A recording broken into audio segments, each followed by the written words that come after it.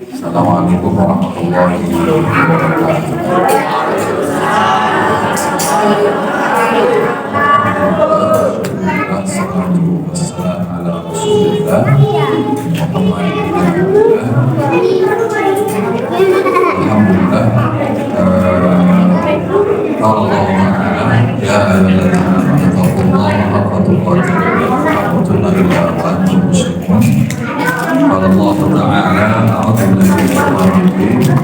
Ya ayyuhalladzina amanu taqullaha wal tanzur nafsum ma qaddamat lighadin wattaqullaha innallaha khabirun bima ta'malun. Yang kami hormati bapak-bapak semuanya, mudah-mudahan dalam keadaan sehat walafiat. Baik, apa judul kita hari ini berbicara ya?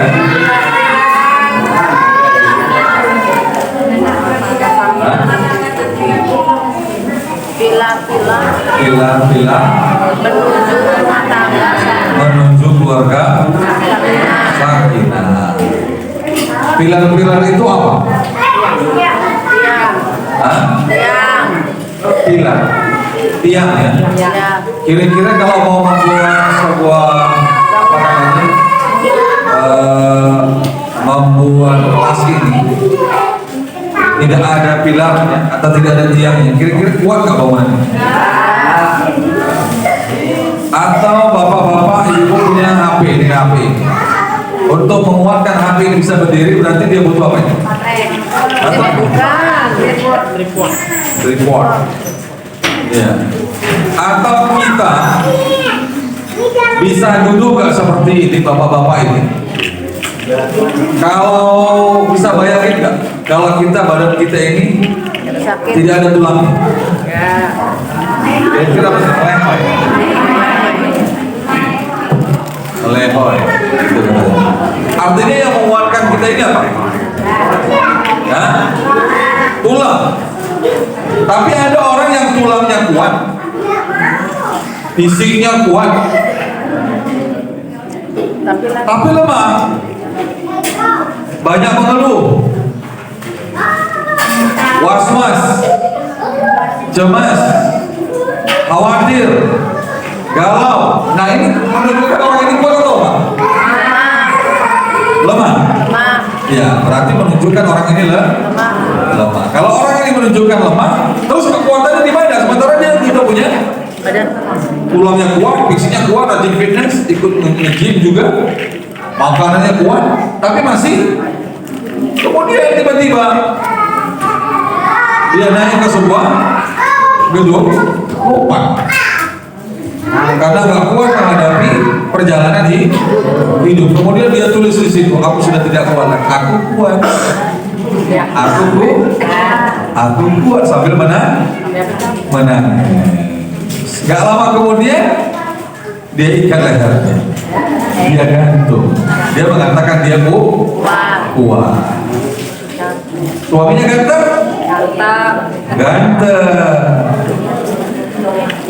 Nah ini muncul permasalahan terbaru. Dan ternyata orang itu ketika melihat perempuan, siapapun dia, kalau itu bukan bininya, itu magnetnya melihat perempuan itu sangat-sangat tertarik sekali. Maka disebut rumput tetangga lebih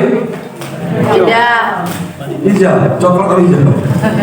Rumput tetangga lebih hijau. Melihat pasangan, lihat orang lain itu magnetnya luar biasa sekali. Tapi lihat pasangan di rumah anak aja.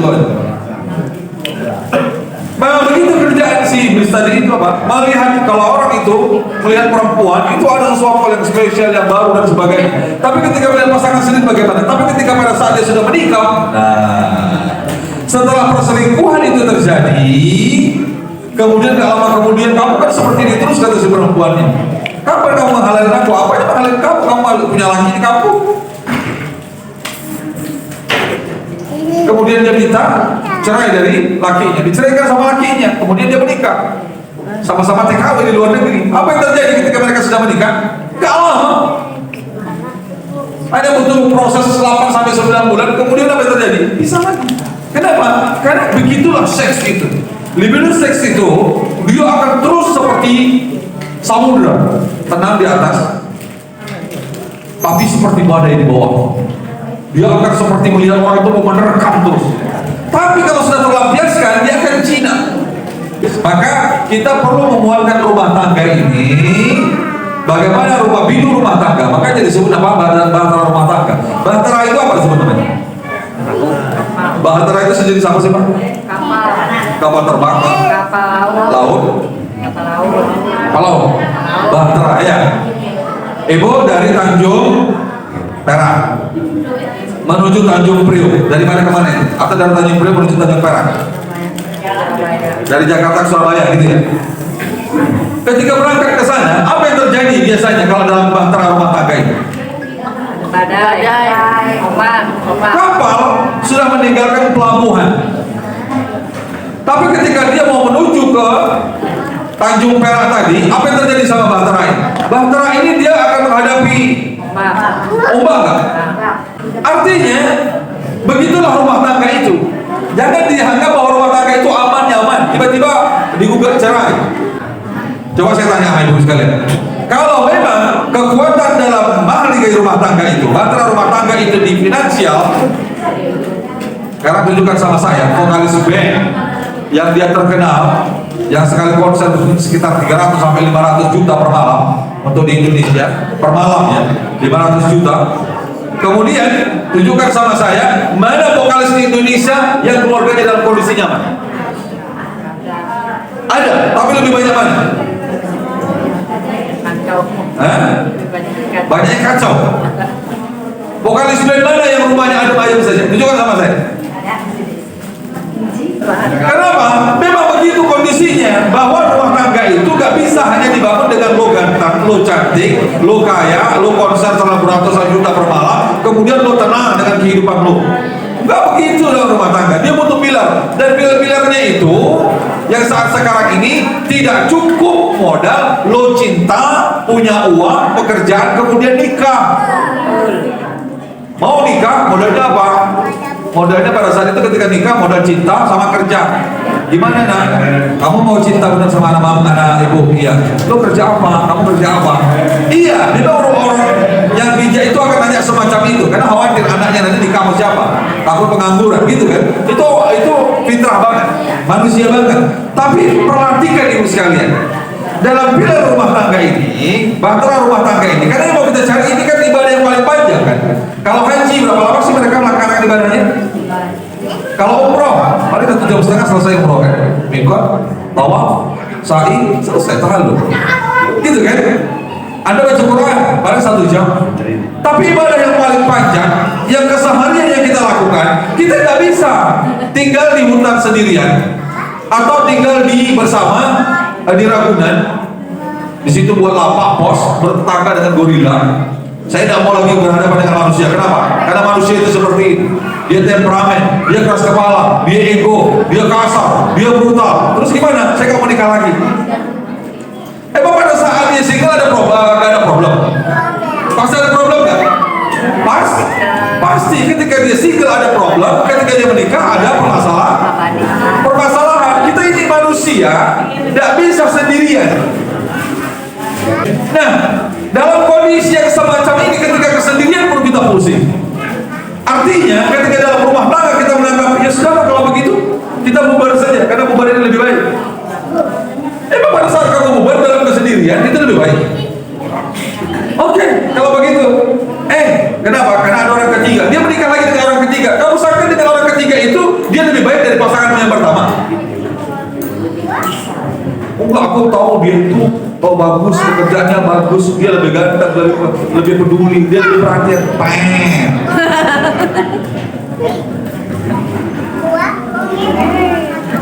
Maka saat sekarang ini jurus yang paling dasar itu adalah bapak-bapak sekalian, nikmati bini kita itu. Bini bapak, bukan bini kita, maksudnya bini bapak gitu. So istri kalau sampai di rumah, nikmati itu lakinya. Memang begitu tampangnya, nikmatin saja. Mau dibolak-balik, dibalik, memang bertahun-tahun mau tidur, memang semacam itu, nikmatin saja. Syukuri saja. Karena pada saat itu banyak di lain tempat yang mereka juga pada saat ingin berumah tangga tapi tidak dapat. Ketika pada saat sudah berumah tangga ingin pisah, muncul permasalahan pasti ada. Karena kita hidup di atas dunia butuh pasangan. Seperti Adam ketika dia menikmati surga, pada saat dia menikmati surga dia sendirian. Kemudian dia lihat kupu-kupu berterbangan berpasang-pasangan. Dia minta kenikmatan apa yang dia dapat di surga sudah didapatkan di kenikmatan itu. Tapi ternyata apa? Dia butuh pasangan untuk dialog, teman curhat. Oke, baik. Maka kita saat sekarang ini kalau sudah berumah tangga gimana Ustaz? Sampai di sini yang belum berumah tangga. Yang jomblo ya? Banyak jomblo. Banyak jomblo. Ada. Oke, nanti sudah nikah semua kan? Baik. Kalau semacam itu, kita akan membahas, ya kita akan mentadaburi ayat-ayat jomblo. Surat An-Nisa ayat 19 dan 21. Kita ini akan mentadaburi ayat-ayat. Nanti kita akan ambil poin-poin penting bagaimana keluarga kita ini pilarnya yang menguatkan rumah tangga itu langgeng, nyaman. Apa fondasi yang harus kita kuatkan? Pilarnya apa saja? Nah, tapi sebelum itu kita diagnosa dulu problem-problem apa yang muncul dalam rumah tangga ini yang terkadang kita buat itu. Silakan Pak, ada artinya. Ayat kita dengar sama-sama ya, arti surat An-Nisa ayat 19. Wahai orang-orang yang beriman, tidak halal bagi kamu mewarisi perempuan dengan jalan paksa, dan janganlah kamu menyusahkan mereka karena hendak mengambil kembali sebagian dari apa yang telah kamu berikan kepadanya, kecuali apabila mereka melakukan perbuatan keji yang nyata, dan bergaulah dengan mereka menurut cara yang patut. Jika kamu tidak menyukai mereka, maka bersabarlah, karena boleh jadi kamu tidak menyukai sesuatu padahal Allah menjadikan kebaikan yang kebaikan Yang banyak. Kebaikan yang banyak padanya. Ini sering muncul nggak saat sekarang ini? Hah? Sering muncul nggak?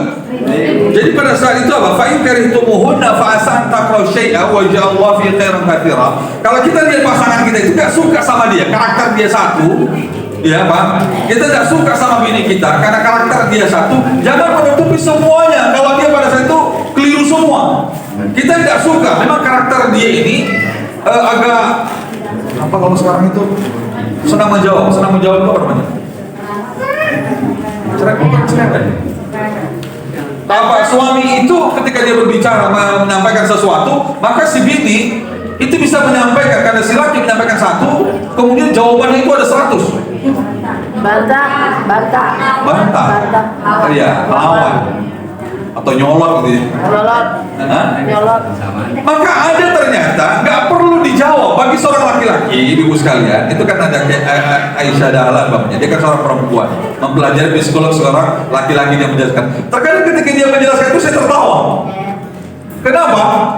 Itu dia, jadi karena dia meriset itu ilmiah banget. Bagaimana karakter seorang laki-laki? Laki-laki itu dia leader dalam rumah tangga. Dan karakter seorang leader, karakter seorang pemimpin itu dia tidak suka kalau ada yang mengganggu kepemimpinan dia. Maksudnya apa? Ketika dia lagi memimpin, si perempuan, si istri itu mengambil jalur yang dominan juga sama lakinya, itu tidak suka. Jadi dia nggak mau ada di dalam satu bahtera itu ada dua nahkoda, atau dalam satu rumah tangga ada dua matahari, itu nggak suka dia. Jelas? Maka ketika ada tidak sesuatu hal yang tidak suka, ya jangan pada saat itu perlu dijawab, pada saat itu tidak perlu. Saya sering seperti itu. Karena kan saya menghadapi manusia ya Pak. Kalau saya menghadapi manusia berarti kan menghadapi orang yang punya perasaan, orang yang punya akal, orang yang bisa pada saat itu dia menerima, orang yang pada saat itu bisa dia nggak suka. Tapi pada saat itu saya lebih baik bisa saya mengungkapkan kalimat itu pada saat itu. Karena mungkin kesel atau dan sebagainya, tapi saya nggak ungkapkan. Ketika saya nggak ungkapkan 2 hari 3 hari, diam saja saya. Ternyata Allah memberikan jawaban, di mana pada saat itu jawaban itu lebih dasar daripada saya harus berbicara pada saat itu. Jadi nggak semua omongan suami ketika dia berbicara itu harus kita jawab. Jelasin. Oh,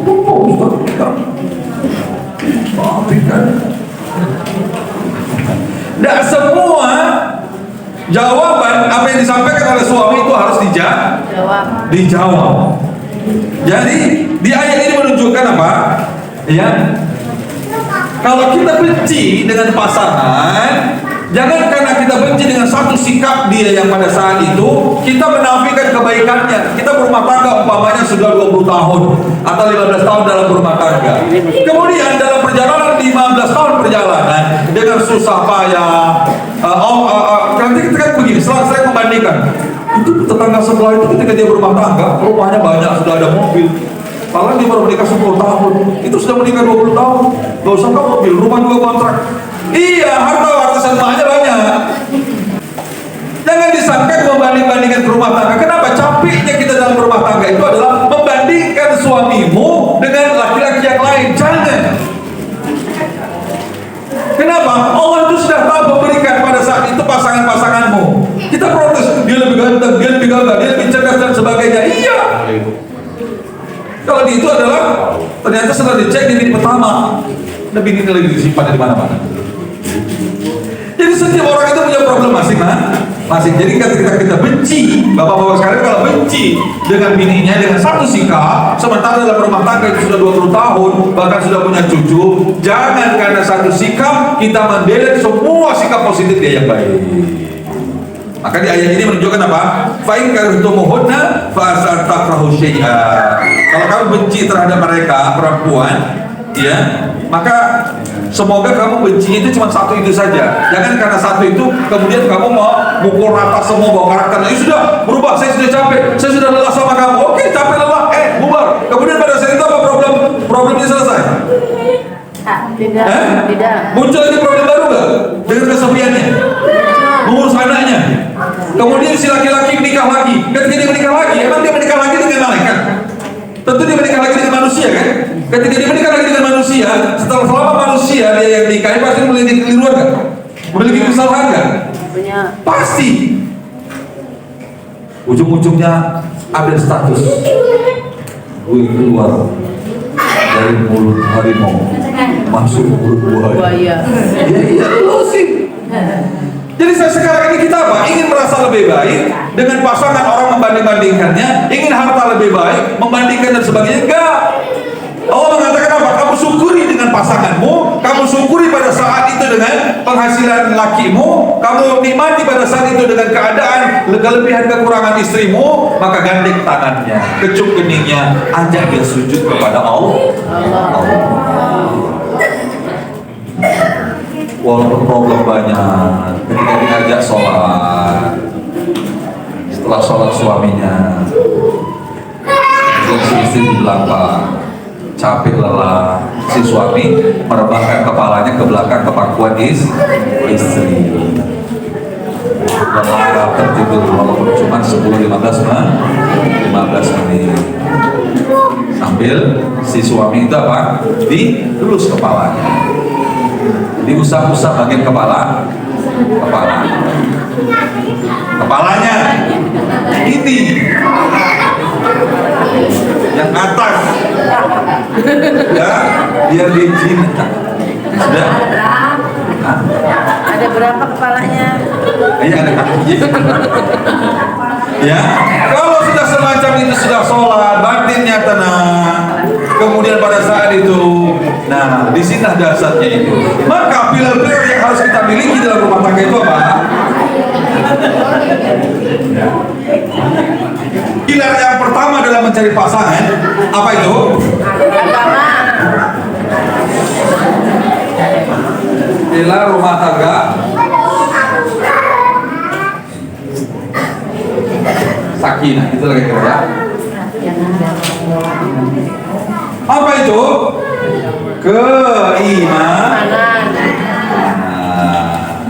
Maka wajar saja tungkahul mar'atu li arba, nikahi perempuan itu karena 4 hal: li jamaliha, li maliha, li nasabiha, li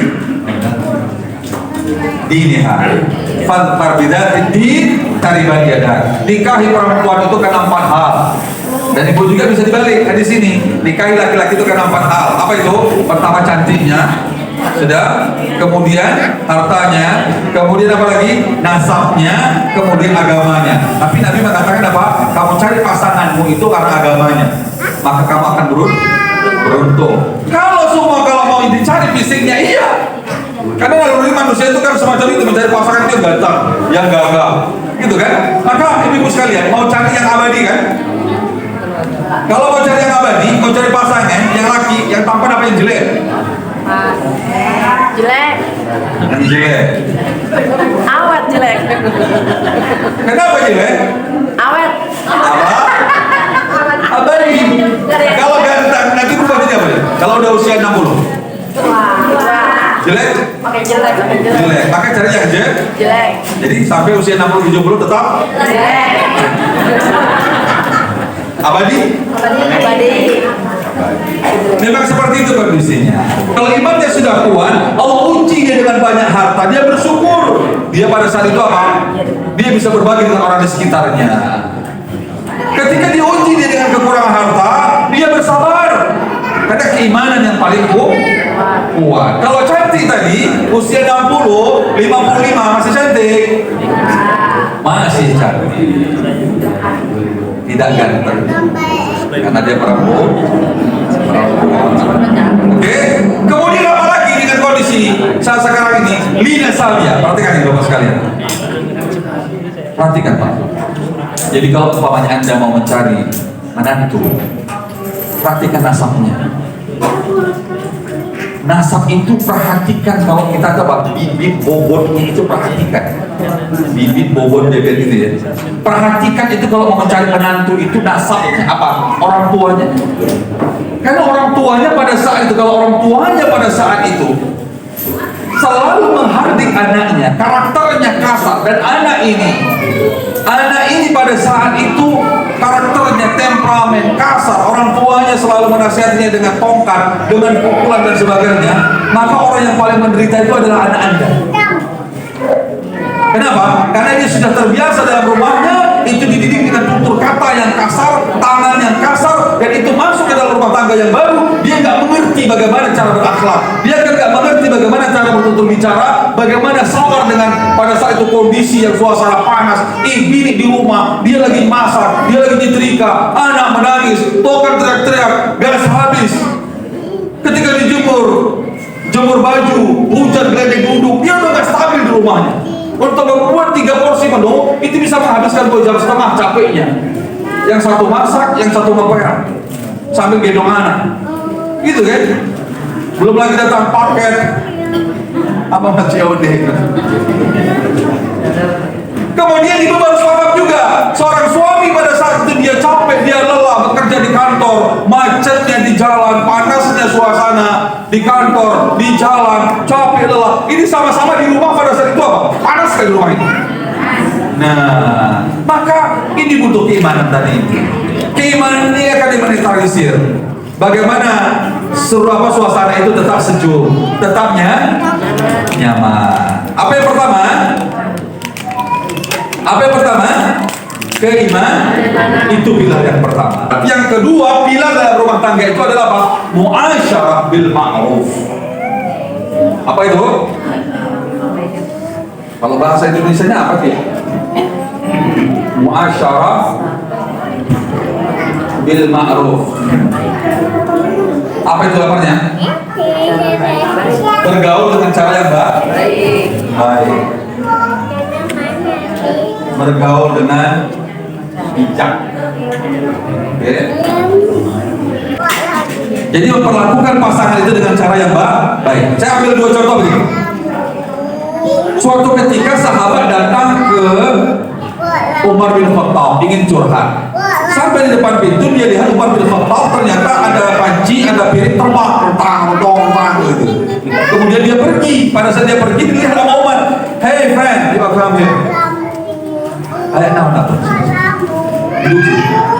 kenapa? Kamu tadi mau ke rumah aku, tapi tiba-tiba kamu balik kanan kemudian mau pergi lagi. Iya wahai Umar, aku itu kan mau curhat, ada permasalahan dalam rumah tangga. Tidak nyaman dalam rumah tangga. Ketika aku mau curhat sama kamu, tapi ternyata ada suara panci, suara piring itu berterbangan.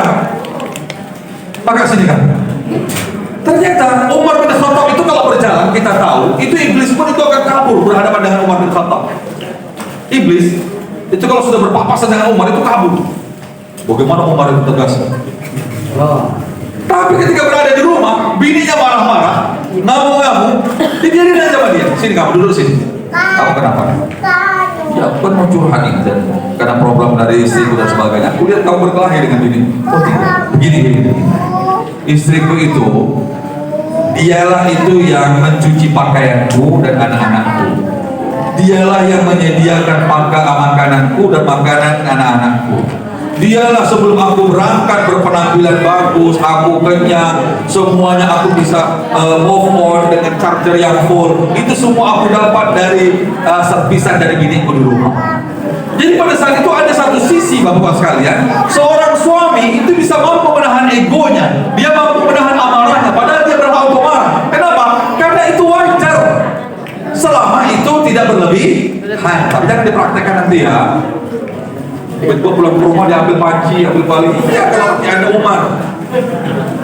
Kamu kenapa nih? Kok itu pancinya dilempar ke kredit? Astagfirullah. Sudah, itu karakter suami yang pada saat itu kuat maju di rumah, tapi dia pemaaf. Kenapa? Karena pada saat itu selama itu hal-hal yang biasa, nggak terlalu berlebihan, dimaklumi oleh sang suami. Jelas? Kita lihat ini kisah bagaimana Rasulullah mendapatkan wahyu yang pertama. Apa itu? Di gua Hira. Turun ayat berbicara tentang Iqra. Rasulullah pada saat itu kondisinya apa? Menggigil kedinginan dan sangat pada saat itu kurang stabil. Ketika sampai di rumah, nah perhatikan ini buat ibu. Ketika sampai di rumah Rasulullah itu kedewasaannya itu sangat sempurna. Karakternya sempurna, tapi ada satu sisi kesempurnaan yang dimiliki oleh Rasulullah SAW. Dia menggambarkan pada ketika dia sampai di rumah, dia menggigil kedinginan, dia tidak stabil. Apa yang dilakukan istrinya? Ada satu sisi ibu harus bersifat keibuan dan dewasa. Ketika suami pulang, Rasulullah pulang, apa yang dilakukan Khadijah? Kemudian Rasulullah mengambil zammiluni, selimuti aku. Kemudian Rasulullah diselimuti oleh Khadijah. Khadijah menyelimuti Rasulullah, mendekapnya, kemudian membisikkan kata-kata mesra kepada Rasulullah. Enggak mungkin Allah itu cederaimu ya Rasulullah. Enggak mungkin kamu dalam kondisi seperti ini dibiarkan ini. Engkau adalah orang yang saling merajut silaturahim. Engkau adalah orang yang peduli dengan orang di sekitar. Akhlakmu baik. Dimotivasi itu siswa suami. Lihat pada saat itu kondisi, bagaimana kondisi seorang ini. Menunjukkan jiwa dia ngomong nggak bininya. Dewasa nggak? Rasulullah gimana? Sempurna nggak? Dia seorang nabi, sifatnya dewasa nggak? Tapi ada satu sisi Anda nggak mendapatkan sepenuhnya dari pasangan Anda, suami Anda semacam itu. Tapi suatu sisi Anda bisa pada saat momen tertentu jiwa Anda upgrade dan Anda menjadi keibuan. Ada suatu sisi segarang-garang apapun seorang laki-laki, ketika dia berada, dia sama persis anak bayi yang begini. Ingin juga dilakukan seperti anak bayi. Tidur ingin diselimuti, ingin ngomong, diemong dan sebagainya. Yang penting jangan bayinya nakal seperti bayi beneran. Ingin diusu juga, bahaya. Langsung bapak itu nyambung. Tidak apa-apa. Kenapa? Karena sudah hal. Mau jungkir balik, mau salto, mau apa, bodo amat. Yang penting sudah Oke, baik. Jadi ini pilarnya. Kemudian yang ketiga, apalagi yang harus dipersiapkan? Karena pilar dalam rumah tangga itu banyak. Yang pertama dari keimanan, dekatkan sama Allah. Ajak suami itu, mas, ini mas. Kita saat sekarang ini sudah terlalu capek. Karena saat sekarang ini bapak sekalian, orientasi dalam rumah tangga itu sekarang ini apa masalahnya? Sibuk mencari rizki, uang. Ma uridu minhum min rizq wa ma uridu minhum an yut'imun innallaha huwa razzaqu dzul quwwatil matin. Kamu dalam hidup di atas dunia ini sibuk mencari uang. Allah katakan aku tidak pada saat itu. Ma uridu minhum min rizq wa ma uridu minhum an yut'imun innallaha huwa razzaqu dzul quwwatil matin. Enggak usah khawatir, rizkimu Allah sudah tanggung. Rizkimu Allah sudah jamin. Tidak usah khawatir masalah rizki. Maka saat sekarang ini apa? Karena orientasi orang itu adalah rizki, uang. sehingga ada sesuatu yang lebih mahal daripada uang. Apa itu? Momen-momen quality time. Itu jauh lebih utama daripada uang.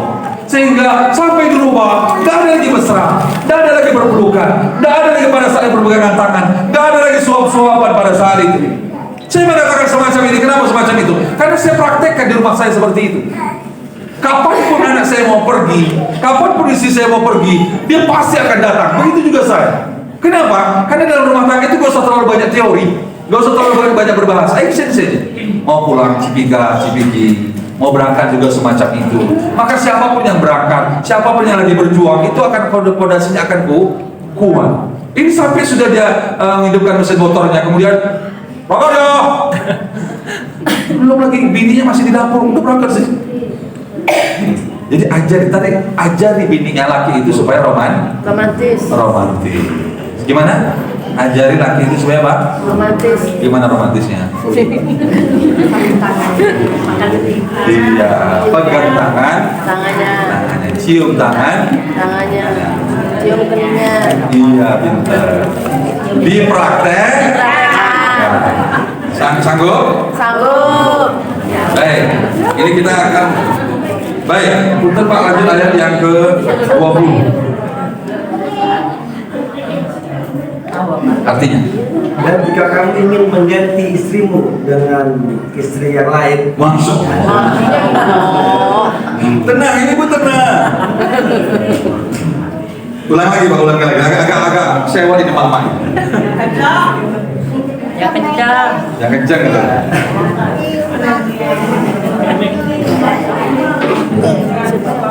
dan jika kamu ingin mengganti istrimu dengan istri yang lain, sedang kamu telah memberikan kepada seseorang di antara mereka harta yang banyak, maka janganlah kamu mengambil kembali sedikit pun.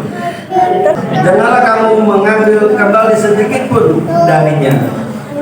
Apakah kamu akan mengambilnya kembali dengan jalan tuduhan yang dusta dan dengan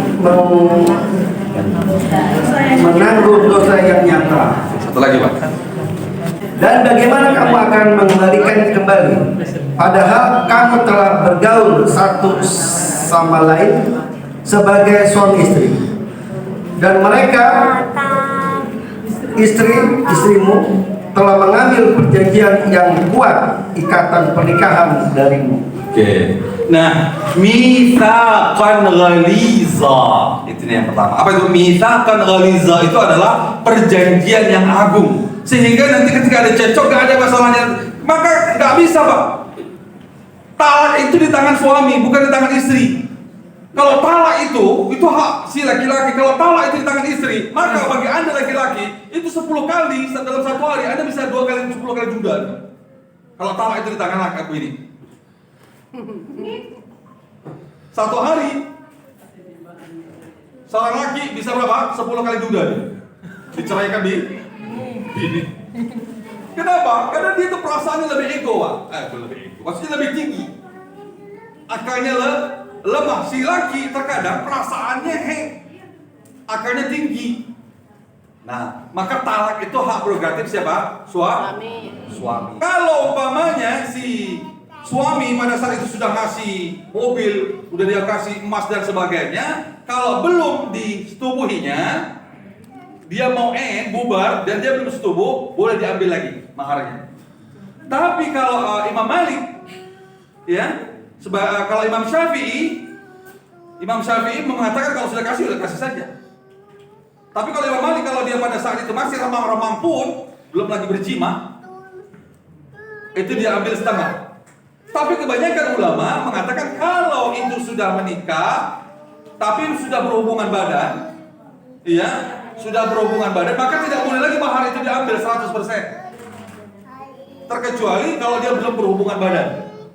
Artinya dia belum merelakan secara berhubungan seks itu belum, maka boleh dia mengambil mahar. Tapi kalau di ayat ini tidak boleh, kalau sudah dia berhubungan, tidak boleh lagi diambil mahar.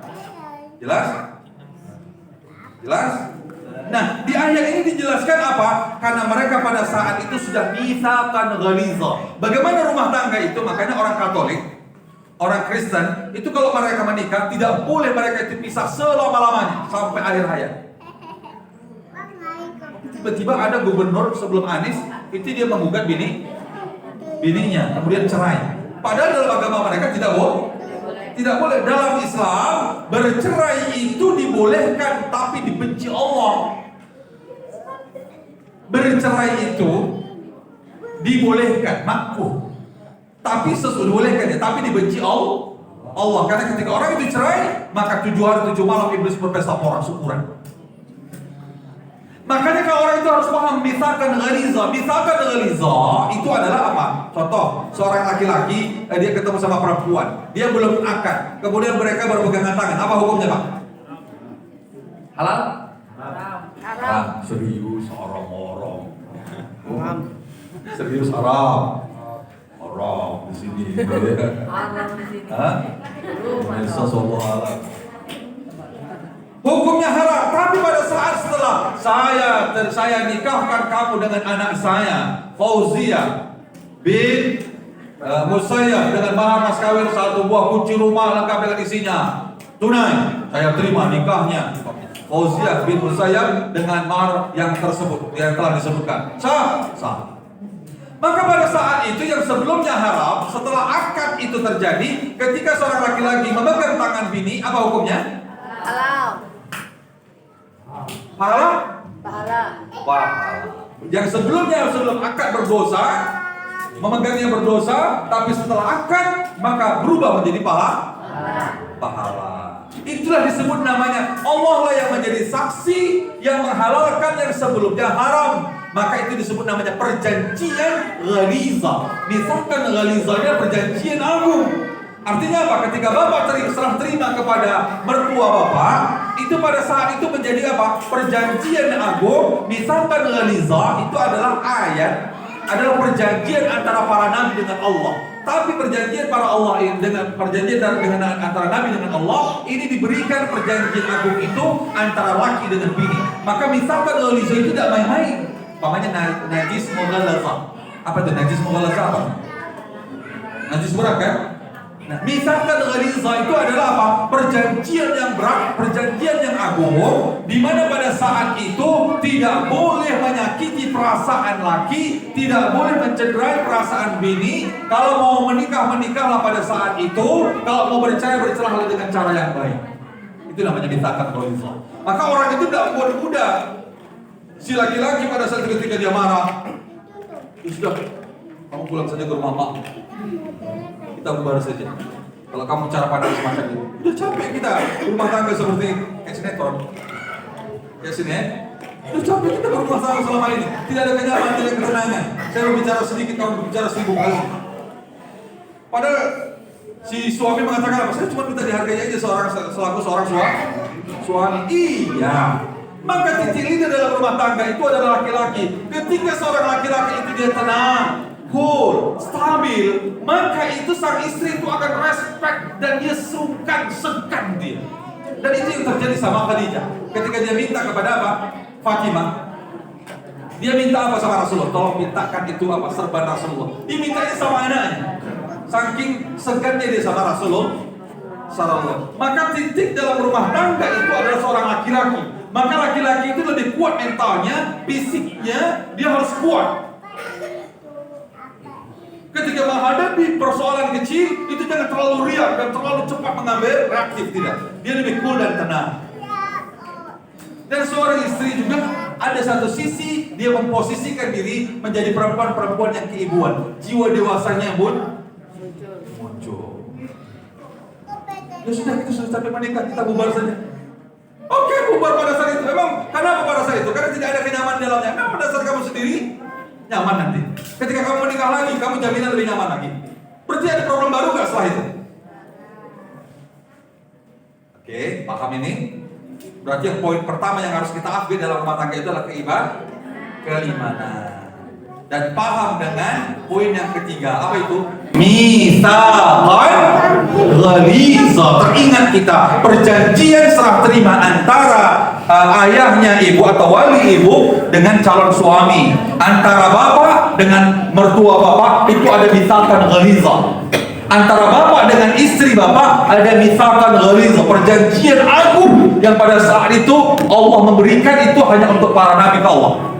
Tapi Allah berikan antara pasangan suami istri. Jadi tidak boleh sembarangan berbicara cerai. Bahasa cerai itu bahasa yang membosankan. Ketika cekcok keluar, kemudian sang bini pun ego, ceraikan aku. Kau tak setia lagi, kau tak seperti 10 tahun yang lalu. Iya Pak, dalam rumah tangga itu pada saat itu ada muncul. Dalam rumah tangga itu bisa jadi 10 tahun yang lalu masih maco. Ketika dalam 15 tahun setelahnya bangkrut, kemudian si bini pergi bawa anaknya, tidak mau lagi. Kenapa? Karena bini dan laki sudah dalam kondisi jangan seperti itu.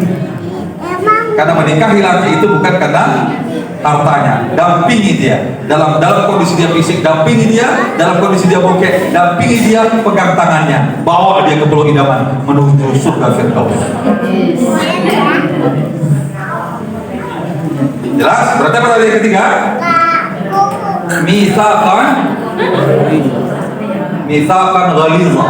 Atau apa namanya? Perjanjian agung. Jadi ini nggak boleh dimain-mainkan perjanjian agung ini antara akad ini. Jadi nggak boleh mengucapkan cerai, minta cerai, itu tidak boleh. Ini mitsaqan ghaliza itu para nabi dengan Allah saja. Tapi Allah berikan ini antara suami dengan istri, antara suami Anda dengan bapak Anda, wali Anda. Jadi nggak boleh sembarangan ini. Perjanjian agung ini dicederai itu tidak boleh. Tidak boleh. Kemudian apa tadi? Yang pertama tadi saya bilang aja Pak, keimanan. Ini pilarnya. Yang kedua Pak, muasyarah bil ma'ruf, artinya Pak, bergaul antara pasangan dengan cara yang bijak. Yang keempat apa? Yang ketiga Pak, mitsaqan ghaliza. Jadi tidak boleh sembarangan. Kenapa? Karena dalam rumah tangga itu pasti ada cekcok, itu pasti ada. Pasti ada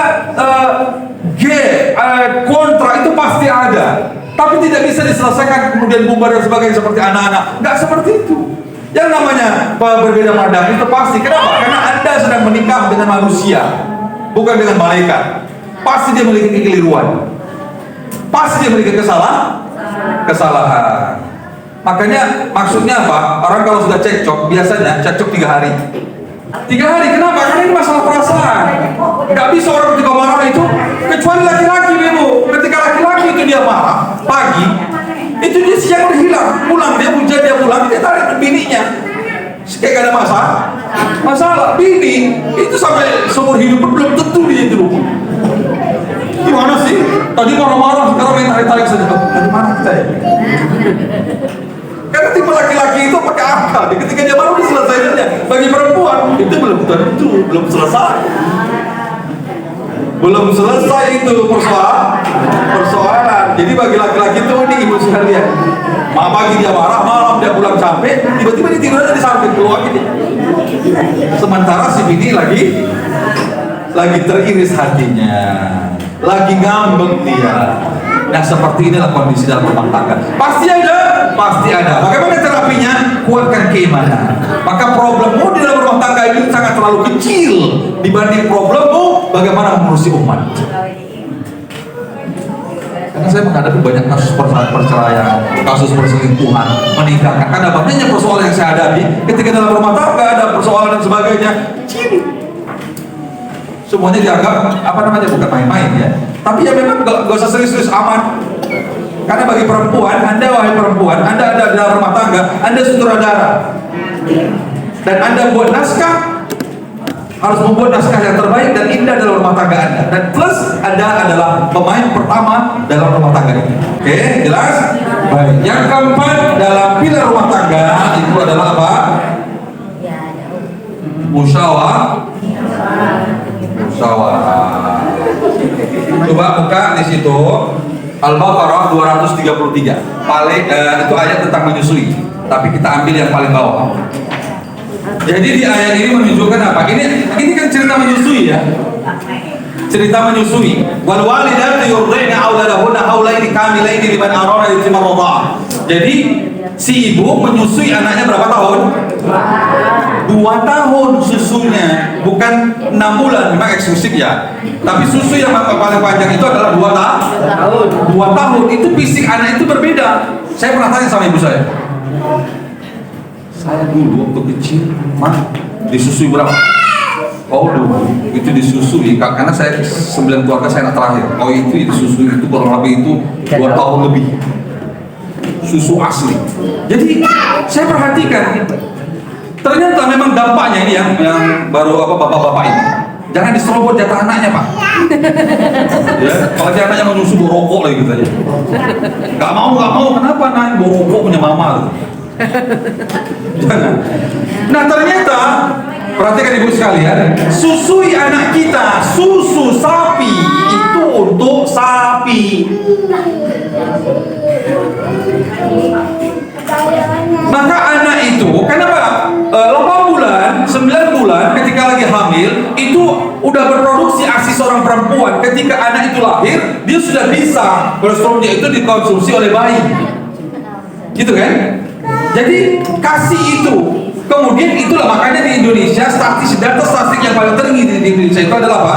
Pembunuh 2 nomor terbesar di dunia, di Indonesia terbesar, pembunuh nomor 2 bagi perempuan itu adalah kanker payudara. Apa sebab?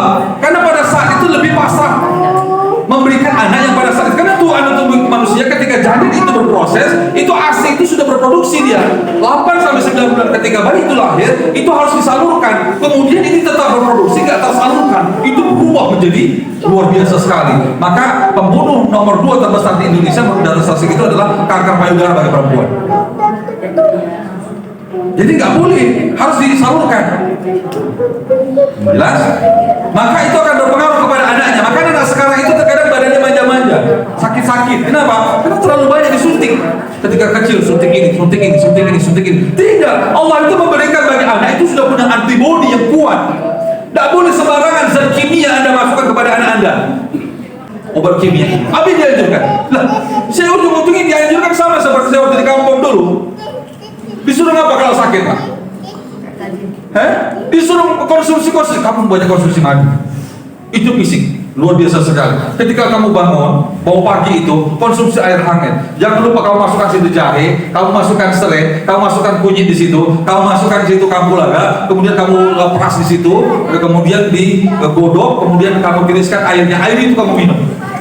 Itu badanmu akan keringat dan sehat, dan berikan kepada anak-anakmu itu. Ketika anakmu sakit, kamu jangan hari sana hari kemarin ada status anak saya sakit. Kenapa? Karena dia lagi berkelahi antara kuman jahat dengan kuman baik dalam tubuh, dengan yang diserang itu dia akan panas seperti itu. Itu normal. Kenapa? Memang herbal itu bekerjanya agak lambat. Herbal itu bekerjanya agak lambat, tapi nggak punya efek samping. Kita sekarang ini gimana kalau sakit? Mudah nggak terlalu konsumsi obat? Obat ini. Kenapa? Kalau sudah orang itu tergantung dengan obat, maka sakit apapun dia lemah, antibodinya lemah. Sedikit-sedikit pinggangnya sakit, sedikit-sedit asam urat kambuh, rematik, sakit kepalanya cuma sebelah. Ada sakit kepala cuma sebelah. Migran. Iya, migran. Ada semacam itu. Nah, oke. Makanya di ayat ini menunjukkan bagi ibu sekalian, perhatikan pilar-pilar rumah tangga itu. Apa itu pilar-pilar rumah tangga itu adalah apa? Care terhadap keturunan. Bukan hanya urusan antara bini dengan laki, tapi bagaimana orang tua dengan anak. Jadi pilarnya apa? Dengan dua hati. Ini pilar-pilarnya. Dan ini ya musyawarah dan banyak sekali pilar-pilar dalam rumah tangga yang harus dipelajari. Ya, jadi dalam rumah tangga seperti itu. Sebagai penutup, waktu kita sudah habis. Wal yakhshal ladzi law taraku min khalfihim dhurriyyatan dha'afan khafu 'alaihim falyattaqullaha wal yaqulu qawlan sadida. Hei, buat ayah-ayah, buat ibu-ibu, buat orang tua, buat mama-mama, hendaklah kalian takut meninggalkan keturunan kalian dalam kondisi lemah. Jadi kalau punya anaknya 3, anaknya 4, jangan kamu tinggalkan anakmu dalam kondisi lemah. Lemah apanya? Lemah imannya, lemah pendidikannya, lemah kesehatannya, lemah ekonomi. Ada berapa? Ulang lagi, lemah keimanannya, lemah kesehatannya, lemah pendidikannya, lemah ekonominya. Bila-bila dalam rumah tangga. Mudah-mudahan perjalanan dalam rumah tangga kita masing-masing kita nikmati kita hadapi dengan bijak, karakter masing-masing. Karena ini masalah dua sifat yang berbeda, saling menghargai, berbesar jiwa ketika menghadapi sesuatu hal yang tidak sama seperti yang diinginkan. Hadapi dengan senyum. Mau sedih hidup tetap berjalan, mau senyum hidup juga tetap berjalan. Mau pilih apa? Baik, itu saja. Mudah-mudahan bermanfaat Bapak-bapak yang di pojok sana, bertambah keimanan kita, bagaimana menyikapi rumah tangga ini yang tenang, kondusif, diuji dengan sakit, diuji dengan ekonomi, diuji dengan tetangga, diuji dengan mertua, diuji dengan ekonomi, diuji dengan anak, semua ujian masing-masing. Jalani, tetap jalani hidup ini. Subhanakallah wa bihamdik, asyhadu an la ilaha illa anta, astaghfiruka wa atubu. Assalamualaikum warahmatullahi wabarakatuh.